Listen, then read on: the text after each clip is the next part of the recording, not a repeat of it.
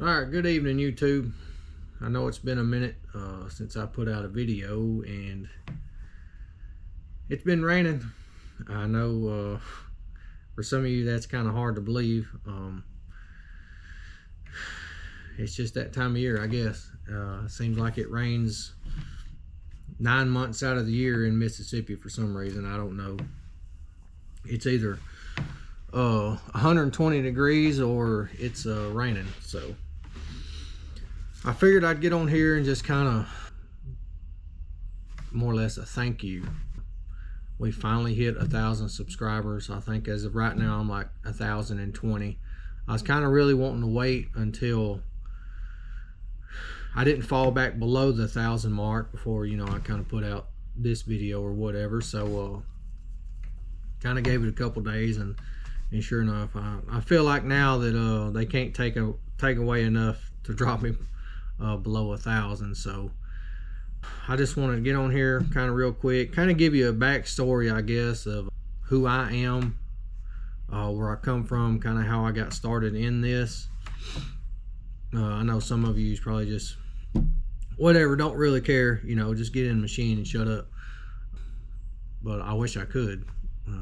But it rained all night last night and all day today, so it's probably gonna be another week or so before I can really get in a machine, because I'll be honest, I am sick and tired of fighting mud. It's made me sick of it for a little bit. So I figured I'd get on here, you know, and give you my backstory, tell you how I got started in YouTube, and how I got started, you know, doing land clearing and dirt work, and, you know, just the things that I do. But before that, you know, I'll kind of tell you a little bit about my childhood or whatever. So, and this is just going to be me rambling, so just bear with me. And I'm sure when I'm editing this, I'll think back like, dang, I should have talked about this, or I should have mentioned that, or, you know, I'll probably edit out half of it. But anyway, so I grew up in a little town in Mississippi called Tishomingo. It's in the very northeast corner of the state of Mississippi. It's not really far from where I actually live now. Now I live in Tupelo, Mississippi, which isn't that far. Tishomingo will always kind of be home for me. That's just where all my other relatives. You would think the last name Smith there would be 4 million of us, but my bunch there isn't very many. I don't have any really aunts or uncles, and really first cousins or so. But anyway, that's besides the point. I got a couple brothers and a sister, and we've all kind of dispersed, you know, because the town of Tishomingo, it's just kind of, there's not a whole lot really going on around there. You either build furniture or you build motor homes. I miss home, to be honest with you. But this place is not so far off that this still feels like home. And I've been down here long enough now, so, you know, it's home too. But you know what I'm saying.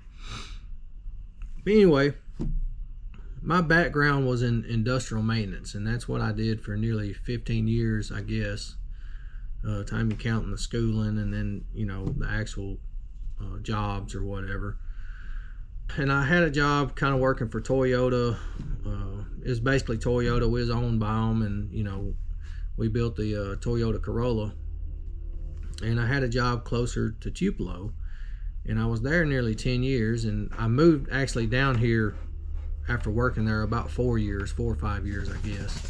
Probably wasn't even that long. So anyway, I've been down here for nearly going on 7 or 8 years, I guess. I can't even remember. I should have had all this straight before I started videoing. But anyway, I was doing that, and, you know, it was a really good job, you know, working for basically Toyota. You know, they pay really well, and I had it made, to be honest. You know,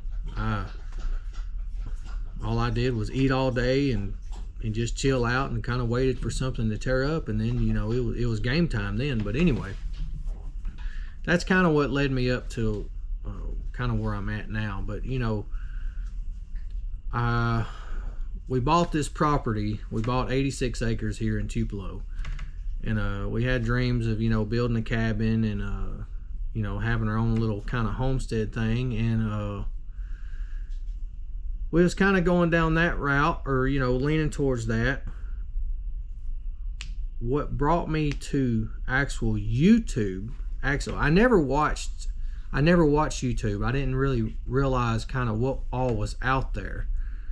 But what brought me to actually watching YouTube was I wanted to build my own chainsaw. That's kind of my attitude about things. Like, screw it, I'll just do it myself. And I took pride in just doing my own thing, you know, going about the ways that I do things. I just rather do it myself. And, you know, I that's kind of why we wanted to build our own house, was to say, hey, you know, we built that house, or, you know, whatever. So what actually brought me to YouTube, and this is kind of funny and kind of odd, I guess, or it makes you realize we live in a small world. I wanted to build a chainsaw, and that chainsaw was a 372 Husqvarna.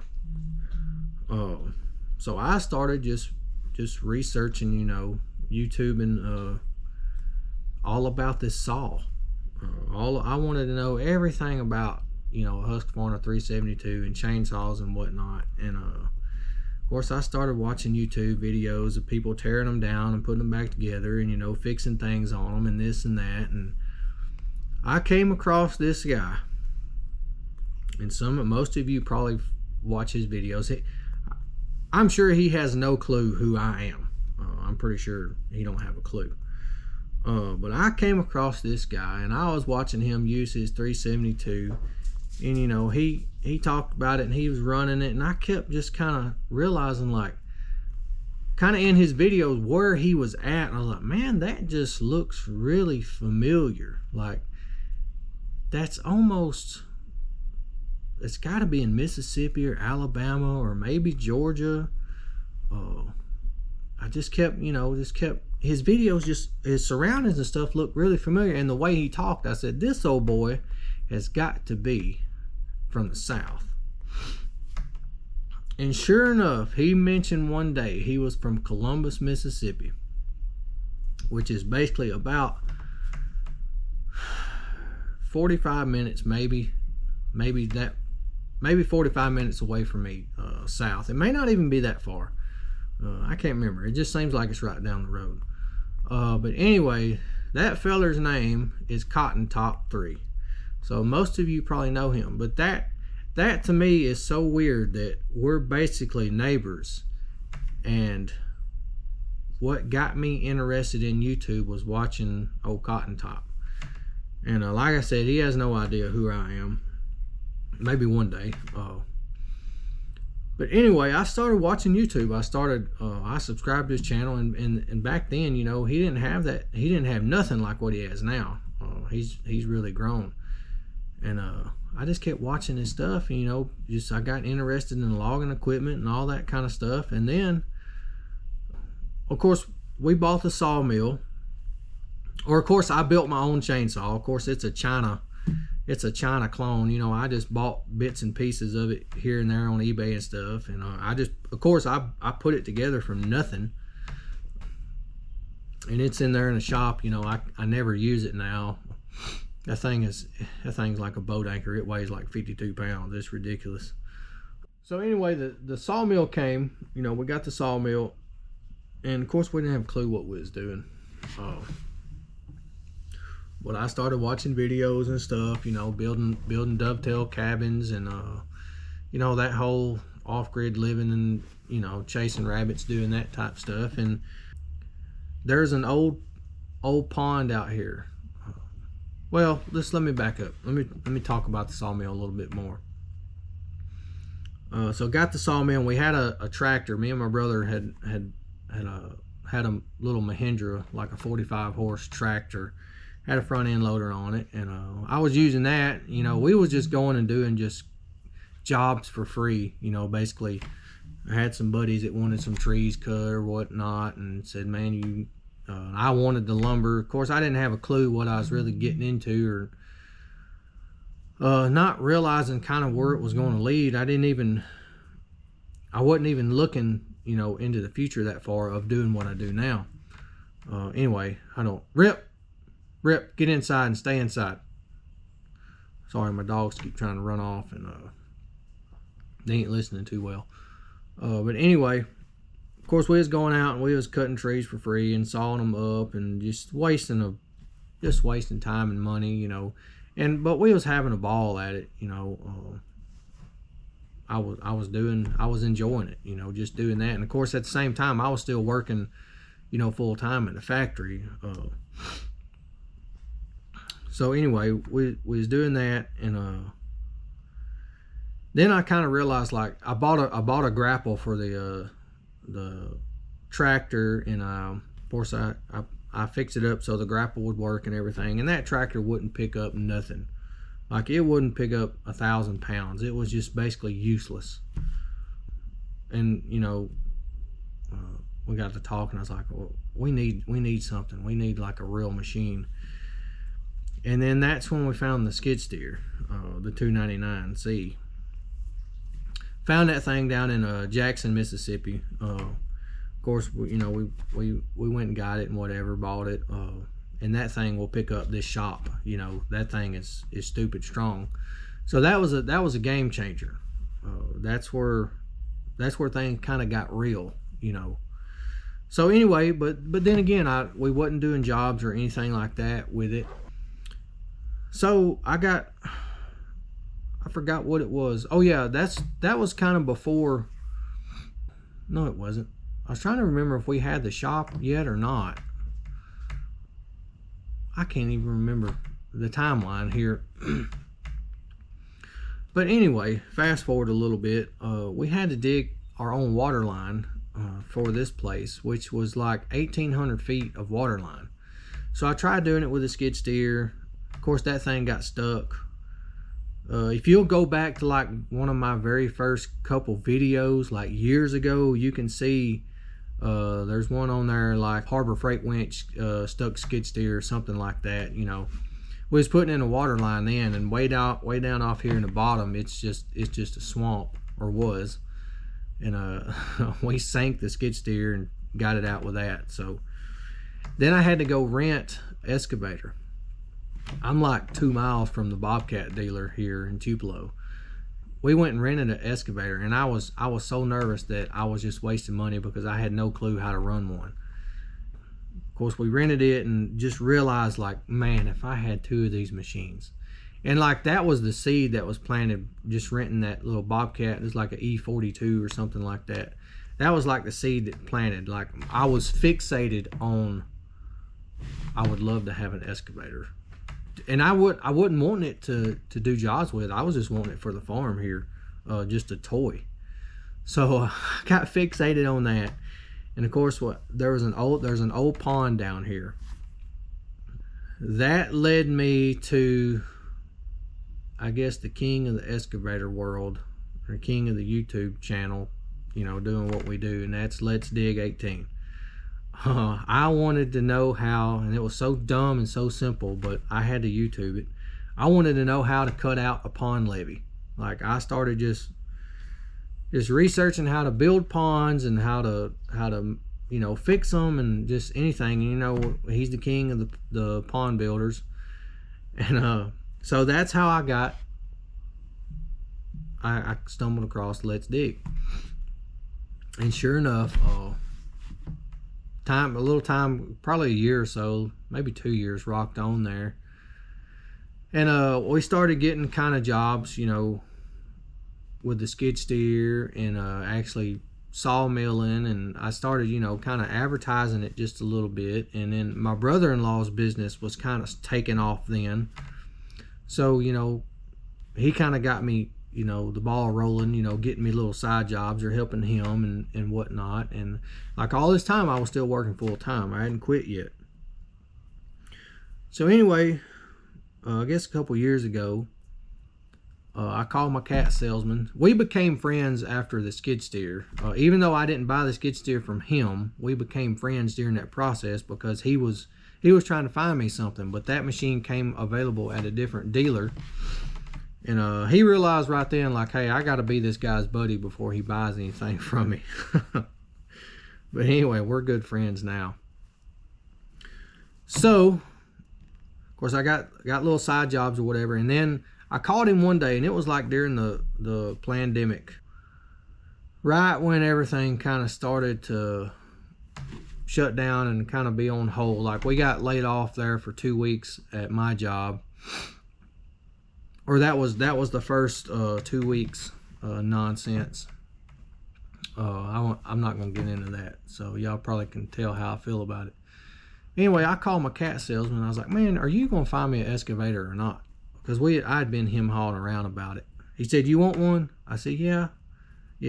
So just see what you can find me. That way I kind of know what I'm looking at. Sure enough, it was like a couple hours later, he sent me a couple emails. 2 or 3 Cat 305s. And I picked one out, and we made the deal or whatever. And sure enough, about a week later, I got a Cat 305. If you go back on my Instagram, you can see it or whatever. And at the time, during that time, I still wasn't even really thinking about YouTube, hardly. I'd kicked around the idea, but it was always I wanted somebody else to film, and I didn't know how to edit and just all that, all that jive. So I got the 305. The very first thing I did is I tracked down there to the lower field, and there was an old beaver dam, and I tore it out. Didn't have a clue, like sucked at running it. I still suck at running them. That was my very first. That was the very first thing I did with an excavator of my own. Other than renting that little Bobcat that time, I'd never been on one. Of course, I didn't have a clue how to run it. Just it was awful.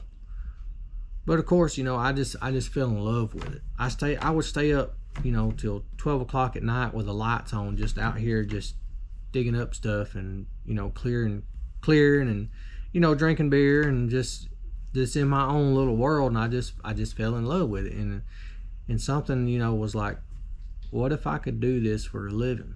And I was slowly getting out of the mindset during that time of like, you can do whatever you want to do. Just do it. That kind of came with the mindset of my job, actually, of not being scared to work on things. And just because you don't know how to do something doesn't mean you can't learn and teach yourself. The same way I built the chainsaw, the same way we put in the water line, the same way we built the inside of this place. I finally kind of got out of the way the world teaches you is if you're not born into it, then you just can't do it. It's not for you. You need to do the only thing that you've ever known to do, or whatever. That type of mentality that's taught to us at a very early age. Luckily I broke that. So anyway, then I started kind of taking small dirt jobs and small little clearing jobs and stuff, and people, my friends and a lot of people knew me around here. They started saying, hey man, I bet you come do a little bit of work and this and that. And I kind of got into it, and then my brother-in-law started getting me more stuff to do. And I remember me and him was working on a job together. I had the 305 there, and I started just kind of really praying about it. I was just saying, God, if this is something that is for me and something that you want me to do, I'm going to be patient, and I'm just going to let me know, and it just kept getting heavier and heavier on my heart, that this is something, that you need to do. Because it's very hard to leave a very secure job with benefits and all that stuff. It's very hard to do that. I'm not saying, yeah, man, if you got a feeling that you need to do it, yeah, go do it right now. No. Luckily, I kind of slowly built up to what I'm doing now. And it ain't nothing but the grace of God. I'll just go ahead and tell you, I'm a very firm believer in that. But things kept just getting worse and worse at work. I was just so disgusted. I was so just, I had just a terrible attitude. And looking back now, it was time for me to go. It was time for me to do something different. Even if I hadn't stayed there, it was time for me to either find something new, or I didn't hate where I worked, but between management, I'll just stop beating around the bush about it. Just management. I just kind of realized I'll never be nothing more there than the workhorse. It's kind of one of those deals. I see memes and stuff all the time that if you're good at what you do and you get things done, then you just get more put on you, and that's just the simple facts. And I just had enough. So one day, me and Rookie was working on a job, and I got to talking, and he stayed on me all the time, like, Lindsay, you'll always kind of be set at a certain price, or a certain, whatever. You'll always kind of be set there as long as you're working for somebody else. And the more I thought, the more he was right. Yeah, I could put in more overtime and this and that, but what was I ever really gaining? The more money I kind of made, the more time I lost with family and stuff like that. And I finally told him, I was like, well, why don't we work together? Or I said, as long as you can kind of, guarantee me X amount a month or whatever, that's all I need. And he said, man, we'll make that in a couple jobs. And so anyway, there was a lot more to it than that, but that's kind of the gist of it. And I know I'm sitting here rambling on. This is probably going to turn into a longer video than I thought. I finally things had gotten so bad, I just made up my mind. And of course, I just kept praying about it. And I said, God, if this is something that you want me to do, then, or not do, then shut this door, pretty quick, because I think this is what I'm going to do. And sure enough, Friday when I left work, I was so furious that a couple guys tried to call me and just settle me down, and there was just no change in my mind. I done realized, I've got to do something. I've got to get out of here one way or another. But at the same time, I was kind of losing money as far as my excavating business and stuff like that than actually going to work. It had kind of got to where I could work a couple days on the excavator or whatever and make more than I would there for 2 weeks. And I had the business kind of lined up, kind of there waiting on me, and it was almost to the point where I was starting to lose business. So it wasn't like I didn't have nothing lined up, and it was just me saying, oh God, please, help me if I quit my job. It was a lot more to it than that.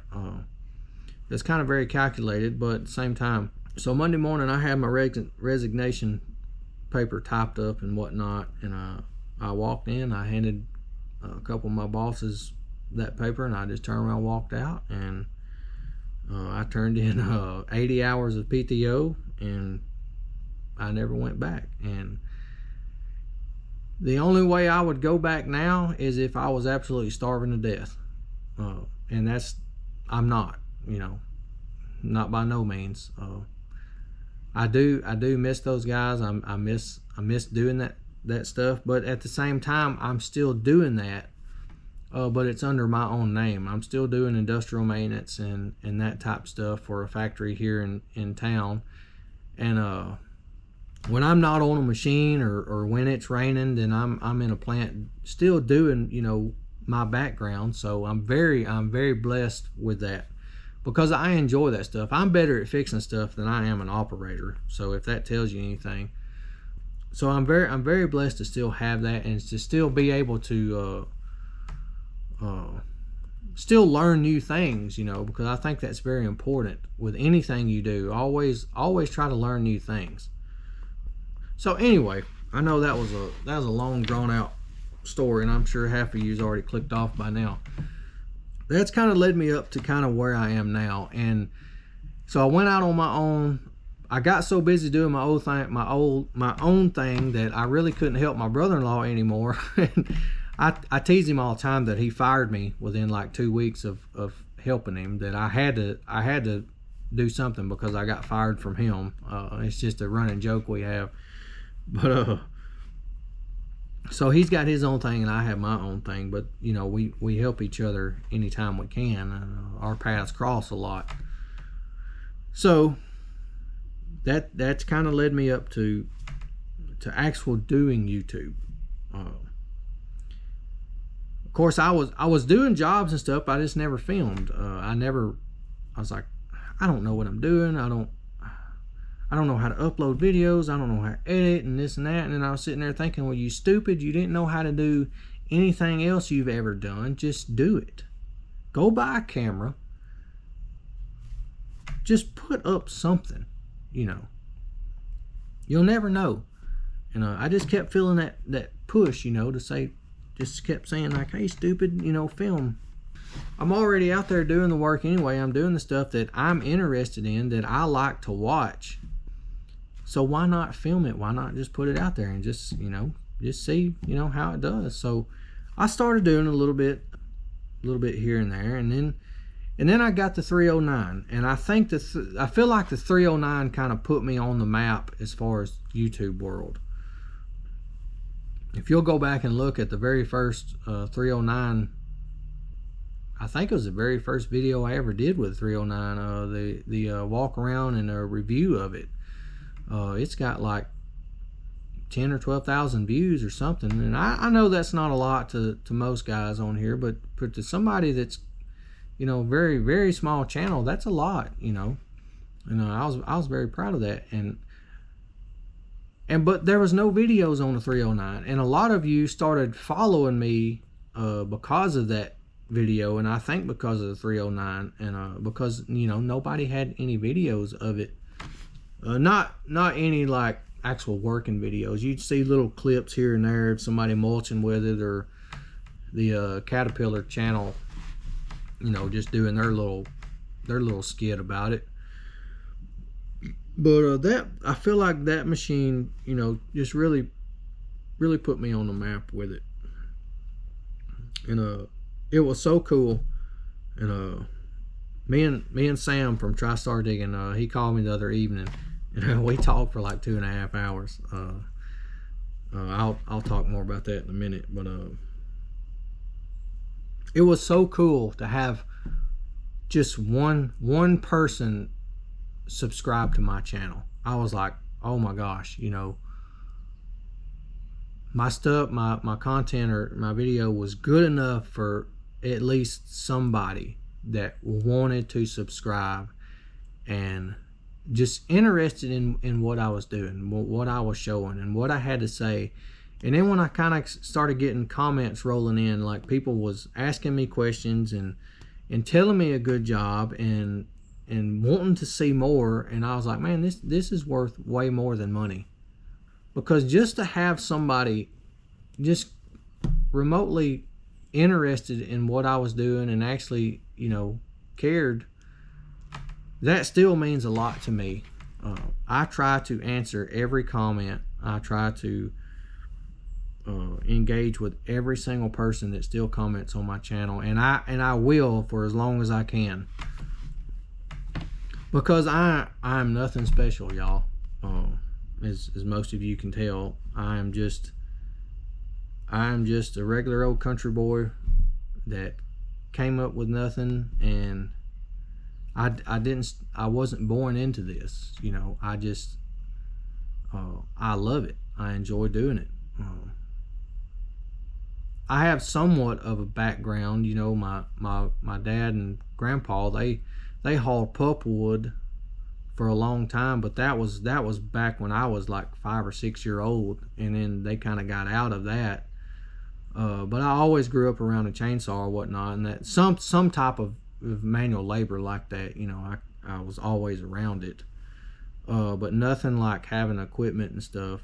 I would see that stuff as a kid, and it just felt like it was just so far out of reach that would never be nothing in my deck of cards. And So here I am. So I know I'm sitting here rambling on, and this video is about to get pretty long. So my boy Sam called me the other night. I was very fortunate and glad to finally talk to Sam. And other than YouTube, let me tell y'all something about Sam. Sam is a genuine guy. He is a real guy. He's a good man. I know he does his messages at the end of his videos and stuff, and it takes a lot for somebody to do that. Let me go ahead and tell y'all. And I feel like I'm very blessed to know him and get to talk to him. Like I said, we talked for 2.5. Sam, do you realize we talked for 2.5 hours the other night? I'm going to have to send you an invoice or something for taking up so much of my time. So just be expecting that in the mail. But no, because I emailed him about, you know, the YouTube monetization and all that stuff, just trying to figure out, you know, what's going on with that. And I'm still waiting on mine, and apparently that's a long process. But he called me, and you know, we talked this and that, and I'm very glad to finally talk to somebody that's in this stuff. And me and Sam have we have a lot in common of kind of, you know, how we got started and this and that. And I felt like that I was just way off out in left field with kind of how I do things and the way, you know, I quote jobs or you know, whatever. And then I found out, you know, Sam, we're very similar and we feel the same way about a lot of things. So I feel like now me or Sam are both way out in left field together. So that's really cool. And Sam, I appreciate you, brother. You helped me a lot, and it was very good talking to you and to get insight. I don't feel like that I'm completely lost. So I enjoyed that. It was really cool. And so I know this video has gotten really long, and I'm sure when I'm editing this or whatever, I'll sit here and I'll remember something that I should have talked about or should have mentioned. But if anybody wants to know anything else, this was kind of scratching the surface of who Worx is or whatever. And like I was telling him, you know, I'm really throttled back on YouTube because I can't cut up with myself, you know. So I try to be a little bit not so boring, but I know some of my videos are pretty boring. So anyway, so I'm gonna close with that. I want to say thank you to every one of you that have took the time to subscribe to my channel, to comment, to like the videos, to even give me advice on what I should do and what could be better. Because y'all have really helped me in a lot of ways. You know, y'all kept me going. Sometimes I would, like me and Sam both was like this, sometimes I would just say, you know what, screw this. It's just taking way too long. You know, the channel's not growing and this and that. And then I would get a comment on an older video, way older video, and somebody would say, young man, you're doing a fine job. You keep doing what you're doing. And I was like, you know what, I am going to keep doing what I'm doing. Because somebody out there is enjoying the stuff I put out. They're enjoying this or that, because I guarantee you they are the exact same as I am.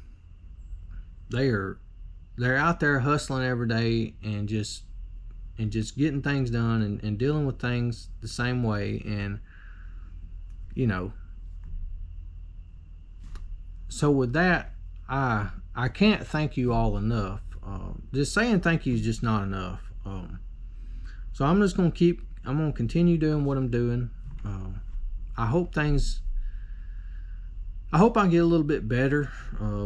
But y'all usually let me know, like, hey, you know, good job, or hey, you know, enjoyed the video. And I've always got the faithful ones, and you know who you are.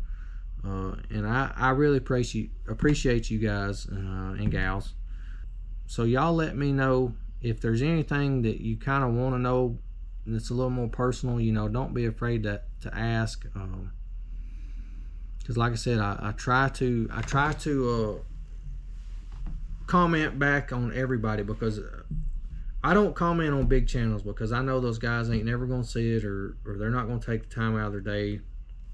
And I understand when you're getting thousands of comments, but that just means more to me than probably most people realize. And it is so cool to have people from Alaska to Australia, just all over the world, you know, say something in a video of mine. And like I said, it's like, who in the world wants to watch some redneck from Mississippi? But apparently some of you do. So I appreciate y'all. Just God bless each and every one of you. I really appreciate it. Adios, amigos.